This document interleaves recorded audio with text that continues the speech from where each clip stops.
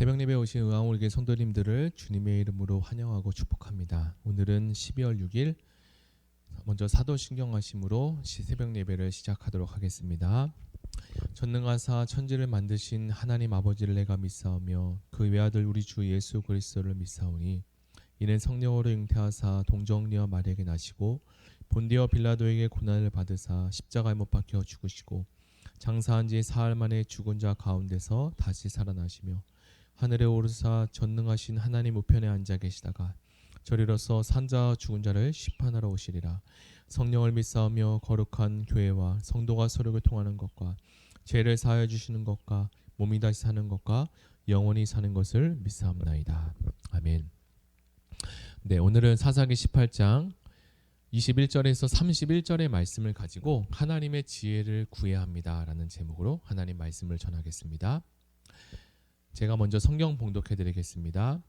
그들이 돌이켜서 어린아이들과 가축과 물품을 앞에 두고 진행하더니 미가의 집을 멀리 떠난 때에 미가의 이웃집 사람들이 모여서 단 자손을 따라 미쳐서는 단 자손을 부르는지라. 그들이 낯을 돌이켜 미가에게 이르되 내가 무슨 일로 이같이 모아 가지고 왔느냐. 미가가 가로되 나의 지은 신들과 제사장들을 취하여 갔으니 내게 오히려 있는 것이 무엇이냐. 너희가 어찌하여 나더러 무슨 일이냐 하느냐. 단 자손이 그에게 이르되 내 목소리를 우리에게 들리게 말하라. 노한 자들이 너희를 쳐서 내 생명과 내 가족의 생명을 잃게 할까 하노라 하고 단 자손이 자기 길을 행한지라. 미가가 단 자손이 자기보다 강한 것을 보고 돌이켜 집으로 돌아갔더라. 단 자손이 미가의 지은 것과 그 제사장을 취하고 라이스에 이르러 한가하고 평안한 백성을 만나 칼날로 그들을 치며 불로 그 성읍을 사르되 그들을 구원할 자가 없었으니 그 성읍이 베드로옵 가까운 골짜기에 있어서 시돈과 상거가 멀고 상종하는 사람도 없었음이더라. 단 자손이 성읍을 중건하고 거기에 거하며 이스라엘 소생 그 조상 단의 이름을 따라 그 성읍을 단이라 하니 그 성읍의 본 이름을 라이스더라. 단 자손이 자기를 위하여 그 새긴 신상을 세웠고 모세의 손자 게르손의 아들 요나단과 그 자손은 단 지파의 제사장이 되어 백성이 사로잡히는 날까지 이르렀더라. 하나님의 집이 실로에 있을 동안에 미가의 지은 바 새긴 신상이 단 자손에 있었더라. 아멘. 네, 오늘 본문은 단 자손이 어린아이들과 그리고 가축과 값진 물건들을 앞장 세워 길을 떠나는 것을 보았습니다. 그들이 미가의 집에서 멀리 떨어졌을 때 미가가 이웃집 사람들을 불러 모아 단 자손을 쫓아오게 됩니다. 그래서 그들은 단 자손을 이렇게 부릅니다. 단 자손이 얼굴을 돌려 미가에게 물었는데요. 23절입니다. 단 자손을 부르는지라 그들이 얼굴을 돌려 미가에게 이르되 내가 무슨 일로 이같이 모아 가지고 왔느냐 하니 여기서 단 자손을 부른다는 의미는 그냥 우리가 생각하는 부르다라는 뜻이 아니라 단 자손과 전쟁을 벌인다라는 뜻으로 작정하고 추격해 온다는 것을 말합니다. 여기서 쓰인 단어를 자세히 살펴보니까 전쟁을 벌이기 위해 부르짖다라는 의미로 단어를 사용하고 있기 때문입니다. 여기서 보여주는 미가의 부르짖는 모습은 이전에 있었던 이스라엘의 백성들이 하나님께 향하여 부르짖는 모습과 비슷한 모습으로 보여주고 있습니다. 그런데 여기서 우리가 주목할 것이 하나 있는데 미가가 부르짖는 원인이 그 이유가 다른 나라의 대적 때문이 아니라 배교한 이스라엘 동족이라는 것에 우리에게는 충격 아닌 충격을 안겨주고 있습니다. 어느새 이스라엘 사람들을 괴롭히는 자들이 이방인이 아니라 타락한 이스라엘 사람이 되었다는 거죠. 그리고 이어서 미가는 이렇게 묻습니다. 24절입니다. 내가 만든 신들과 제사장들을 빼앗아 갔으니 이제 내게 오히려 남은 것이 무엇이냐. 너희가 어찌하여 나더러 무슨 일이냐고 묻느냐. 미가의 발언을 살펴보면 우상 숭배의 어리석음이 정확하게 드러나는데요. 이 신들은 미가가 만든 것인데 미가가 만든 신들은 스스로 보호할 힘이 없다는 것입니다. 그래서 지금 이렇게 끌려가고 있는 거죠. 그것들이 힘이 있어야 그 사람들을 해방해주고 도와줄 수 있는데 말입니다. 이렇게 사람들은 어렵고 힘든 환란이 내게 찾아오면 자신들을 보호하기 위해 자기도 모르게 무언가를 열심히 찾습니다. 그리고 그것을 신뢰하여 숭배하게 되는데 그것은 사람의 기대에 부응하지 못하고 있죠. 결국 단지파들은 조용히 돌아가라라고 경고했고 그렇게 하지 않으면 당신 가족들도 다칠 수 있다라고 협박을 합니다. 미가는 비싼 돈을 들여 만든 우상도 빼앗기고 집으로 돌아갈 수밖에 없게 되었죠. 동시에 아껴주었던 제사장에게도 배신을 당하게 됩니다. 미가는 오히려 자신이 생각하기에 레위 사람들을 잘 모시고 도왔으니 자신에게 축복이 올 것이라고 생각했는데 현실은 그와 반대가 되었습니다. 자신의 신앙 상태를 정확하게 보지 못했던 것입니다. 이것은 앞에서 우리가 들었던 것처럼 미가가 하나님을 아는 지식이 그 오해로부터 온 결과라고 말했던 것입니다. 이처럼 이스라엘은 사사기 18장까지 이르며 미가와 레위 청년 그리고 단지파 사람들의 사건을 통해 이스라엘 공동체가 도덕과 윤리뿐만 아니라 하나님 나라의 가치관조차도 잃어버렸음을 알려주고 있었습니다. 그리고 하나님 말씀과 함께 하나님을 두려워하고 있음을 말씀하고 있는 거죠. 이어서 다음 내용은 미가가 만든 신상과 제사장을 세운 단지파 사람들이 라이스를 습격하여 칼로 죽이고 그 성읍을 불태웁니다. 단은 처음부터 전쟁 상대가 되지 않는 약자인 라이스를 목표로 삼고 강탈하고 있음을 보여주고 있는데요. 이제 단 사람들은 라이스를 빼앗고 그곳을 단이라고 불렀으며 그곳에 신상을 세우고 미가의 집에서 데려온 레위 사람을 제사장으로 세우게 됩니다.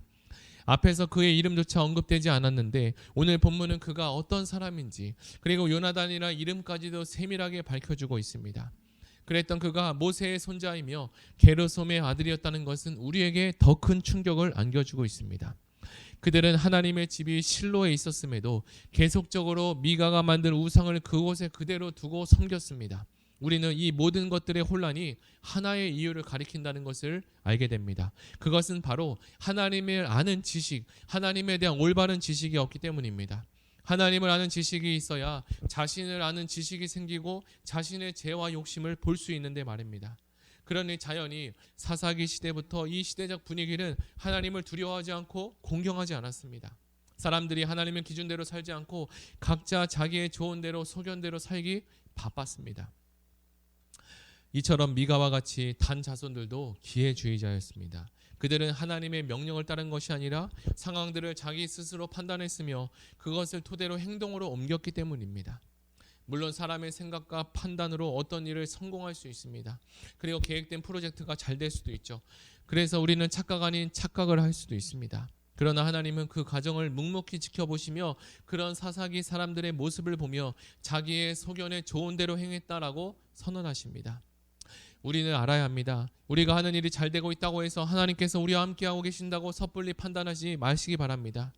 그리고 반대로 진행하는 일들이 잘 안 된다고 해서 하나님께서 함께하지 않거나 또는 우리를 버리셨다라고 생각하지 않으셔도 됩니다. 우리는 내일 일도 알지 못하는 지혜가 부족한 사람입니다. 우리에게 필요한 것은 늘 깨어서 하나님의 얼굴을 배웠고 그분의 지혜를 구하는 것입니다. 이제 사사기가 마무리되면 룻기를 지나 사무엘서의 스토리가 등장하게 되는데요. 거기에는 사사기 시대와 다른 자신의 소견에 좋은 대로가 아니라 하나님의 소견을 구하는 사무엘과 그리고 다윗 왕의 이야기가 등장합니다. 사무엘과 다윗 왕이 어떻게 자기의 소견을 내려놓고 하나님의 뜻을 구했는지 우리는 기억해야 합니다. 하나님의 생각을 떠나버린 단지파는 미가가 만든 우상을 숭배하며 하나님의 집에 있는 실로에 가서 예배하지 않았습니다. 우리가 주일과 수요 예배가 이렇게 예배를 드리는 것을 가볍게 생각할 수도 있지만 어떤 것보다 더 중요한 것임을 우리는 기억해야 합니다. 예배를 드리며 하나님의 음성을 들을 수 있고 우리가 가야 할 길을 제시받으며 내 가정과 내 자녀들의 비전도 하나님께 제시해주고 인도해 주십니다. 믿음의 선진들은 예배가 목숨보다 소중한 것이라며 생각하며 늘 예배를 생명과 같이 여기며 살았습니다.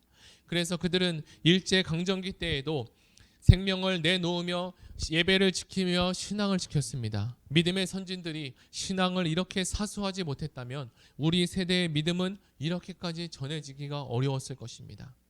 한국 교회의 부흥기 때 기독교 인구 1200만을 외치며 20%, 25% 기독교 인구라는 타이틀을 자랑하던 시간이 기억납니다.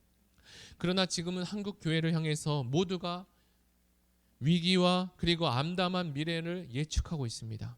사랑하는 성도 여러분, 오늘 우리는 사사기를 묵상하며 사사기 사람들의 현재와 미래를 보았습니다. 이것은 하나의 메시지로 우리에게 계속적으로 전해주고 있습니다.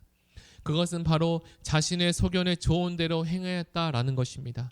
저와 여러분은 코로나 시대에 어떻게 살고 있습니까? 우리의 시간과 물질의 주인이 누구십니까? 오늘 들은 말씀을 교훈 삼아 경고의 메시지로 우리 자신에게 적용하며 살아가시기를 예수님의 이름으로 축복합니다. 우리 이 시간 다 같이 들은 말씀을 생각하며 기도하시기 원합니다. 하나님, 우리가 사사기 말씀을 계속적으로 묵상하며 새벽을 깨우고 있습니다. 오늘 우리가 들은 말씀과 같이 단지파가 하나님의 집에 신료를 떠나 배교행위를 하며 영적 도덕적으로 바르지 못한 모습을 듣게 하시니 감사합니다. 오늘 말씀을 들으며 자기의 소견대로 살아가는 것이 얼마나 큰 위험이 있는지 알게 하시니 감사합니다.